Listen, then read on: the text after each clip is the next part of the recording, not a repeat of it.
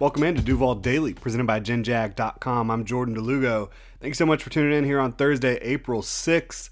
Your Jacksonville Jaguars in this pre-draft lead-up. You've got the 2023 NFL Draft at the end of the month here. They have been meeting with a lot of players, but a lot of these prospects the Jaguars are meeting with have been edge players, and it should come as no surprise. The Jaguars, they struggled to get quarterbacks on the ground in 2022. They lost Arden Key to free agency. DeJuan Smoot recovering from an Achilles injury. We'll see if the team even signs him and brings him back. That situation is still up in the air. But in the meantime, the Jaguars, they are showing interest in a lot of these edge prospects this year. They met with Keon White, Nolan Smith out of Georgia, Byron Young, Tyler Lacey. And now they've also met with YaYa Diaby, Louisville edge rusher. So we've got another prospect to talk about here that could be a potential fit with the Jaguars. He's meeting with the Jags, according to Ryan Fowler of the Draft Network. They do a great job of reporting all the different team meetings that they can get their hands on, figure out, and get information about. So Draft Network, if you don't follow Ryan Fowler, Justin Mello, those guys, they do a great job of interviewing these prospects and getting information about who they're meeting with. But YaYa Diaby, one of two Louisville edge rushers that I think has a really nice draft profile. He's 6'3", 263 pounds. Got that size you're looking for. He's 23 years old out of Louisville. A lot of talent on that defense, as I mentioned. He has 34-inch arms, so really good arm length, especially proportionally when you combine that with a 6'3", 263-pound frame. And it's interesting. Jaguars traditionally, with Trent Baalke at the helm, they're going to value arm length when you talk about edge defenders, especially the last two guys that were reported, Nolan Smith and Byron Young out of Tennessee. Those two guys had shorter arms, but YaYa Diaby gets you back into kind of that bulky build type of guy. Again, 34-inch arms, great arm length, big 10.5-inch hands. Those things really help him, and they pop on tape for sure.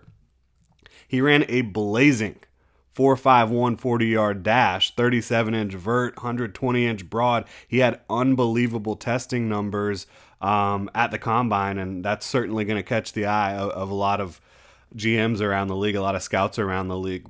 Now, athletically, from an athletic testing standpoint, you see all that stuff and you're like, goodness, this guy's an absolute freak athlete. And he is. But he's more of a linear athlete. He's not as smooth and fluid of a mover as like a Trayvon Walker last year, right?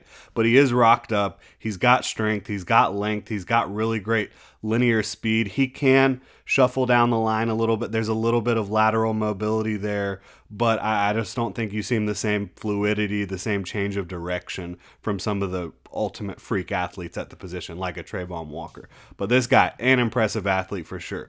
Productive prospect in 2022, 16.1 pass rush win rate.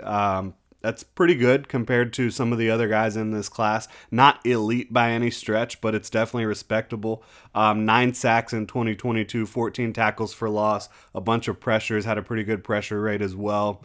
He does really well to get those hands inside the chest and drive tackles back again. He has length, he has explosiveness off the line, and he has big, strong hands. He's able to use those to get into the chest and just blow defenders up as a power rusher. He has a big-time motor as well. He will chase plays down and use that 4.51 speed and that length to go chase plays down backside, chase them down the field. He's a high effort, high motor type of player for sure. I see a player that plays with good awareness overall. You see him reading screens at times, getting his hands up when he can't get home. So I think you see a guy that can make an impact even if he's not necessarily getting to the passer, getting into that backfield. I love seeing him rush as well from the interior, primarily aligned at defensive end for the Louisville Cardinals. But when they kicked him inside in clear pass rushing situations, align him at 3-tech, he explodes through those gaps with length, quickness, and power. He's a mismatch there because guards, they just don't have the quickness or the length to deal, and a lot of them don't have the power to deal with a YaYa Diaby. He also looks good stunting and looping, working those games up on the line of scrimmage. That's something the Jaguars have shown they like to do. So I think that works in YaYa Diaby's favor, having that ability to having the experience doing it, but also having the ability to rotate laterally and keep momentum moving and get going and explode into the backfield. He did miss a few too many tackles this past year, but with his athleticism and length, I think he's just able to attempt some tackles that a lot of folks just simply wouldn't be able to. They wouldn't be able to get there to the spots he's able to. So I think that's something you do want to clean up, but I would also definitely say some of those missed tackles, it's more about the fact that he was able to get to a position to even make a crazy play than the fact that he missed the tackle. Also, not really sure you want him dropping in coverage. Again, I don't think the change of direction's great. Didn't really do any coverage at Louisville, dropping into coverage. So that's not his game, but that's all right. Like DeJuan Smoot, you didn't want him dropping in coverage a bunch. Arden Key, same thing. I think you bring him in here as a rotational rusher, and you can feel good about that. I've got a late day 2 grade on YaYa Diaby. Really impressive combination. Trying to combine those 2 words though. Really impressive combination of size, length, athleticism, production, skill, and versatility up front. Look, is he the most advanced pass rusher when it comes to hand usage? No. But crazy explosiveness, crazy length, really good strength, and he's able to use his hands pretty effectively to destroy blocks, especially on the interior as a pass rusher. I wouldn't be surprised if he gets taken mid-day 2. I also wouldn't be surprised if he falls all the way to day 3, round 4, maybe even round 5. This is a really deep edge class / defensive line class, interior pass rush class. I wouldn't be surprised if a team loves him and takes him, top of round 3. I could also see him fall into the 5th round. It's just going to be a pick your flavor type of draft when it comes to a lot of these edge rushers and a lot of these prospects overall. There's a lot of talent, but there's a lot of talent that there's a question mark here or a question mark there about the prospect. So again, some teams are going to love some guys that other teams have much lower grades on. That's going to be the way this draft goes. And so I think YaYa Diaby, if I had to bet, would probably go in the 4th round.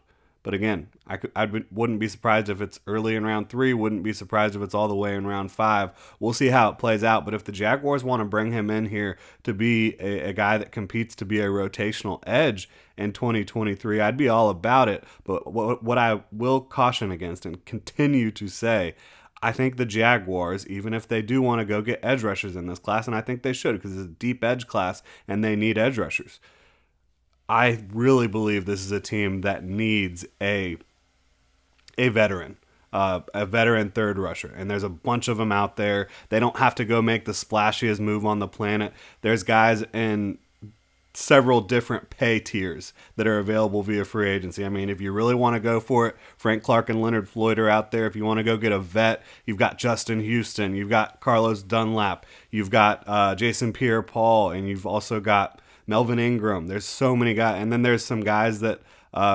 probably come in at an even lower tier that are still out there. So I think the Jaguars should go get a veteran to be their third edge rusher behind Trayvon Walker and Josh Allen. But if they don't, and even if they do, I think YaYa Diaby makes a lot of sense for them. Anywhere from the 3rd to the 5th round, I think I could see the Jaguars pulling the trigger on a guy with his set of tools and his tape. So excited to see how it goes with YaYa Diaby. Excited to see where the Jaguars go in this 2023 NFL draft. We've got, 21 days until the kickoff of the first round in Kansas City. We'll see how it all plays out for the Jaguars. Let me know what you think of YaYa Diaby. Hit me up on Twitter. You can drop a comment in the comment section below on YouTube. Also, like and subscribe. Hit that notification bell. If you're listening on your podcast platform of choice, please subscribe and review.